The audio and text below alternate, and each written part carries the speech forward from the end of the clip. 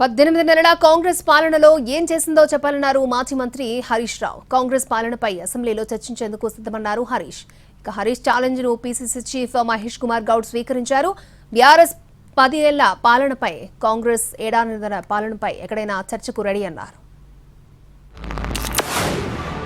18 నెలలు ఏం చేసింది మీరు సాధించింది మాట్లాడదామో చెప్పు, ఏ టీవీలో కూర్చున్నామో చెప్పు.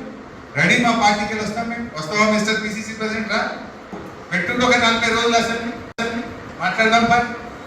అసెంబ్లీ పెట్టమంటే 3 రోజులకే కథం. అసెంబ్లీ బడ్జెట్ సమావేశాలు వారానికే కథం. యాడ బట్టలిస్తారో బీఆర్ఎస్ వాళ్ళు, యాడ పరుగు పోతుందో సమాధానం చెప్పుకోలేక వారం రోజులకే అసెంబ్లీ వాయిదా వేసుకొని పారిపోయే మీరు ఇంకేదో పెద్ద అసెంబ్లీలో మాట్లాడదామా, ఈడ పెట్టుని రెడీ. మైనారిటీలు కానీ, ఉద్యోగస్తులు కానీ, నిరుద్యోగులు కానీ అందరూ కూడా సంతృప్తిగా ఉన్నటువంటి ప్రభుత్వం అది నడుస్తూ ఉంది. ఇలా రోజు పత్రికలు ఉండాలని ఏదో మాట్లాడుతూ ఉన్నారు. హరీష్ రావు ఏదో మాట్లాడతాడు, కేటీఆర్ ఏదో మాట్లాడతాడు, కవిత ఉనికోసం ఆవిడ ఏదో మాట్లాడుతూ ఉంది. మేము చాలా సందర్భాల్లో చెప్పాము.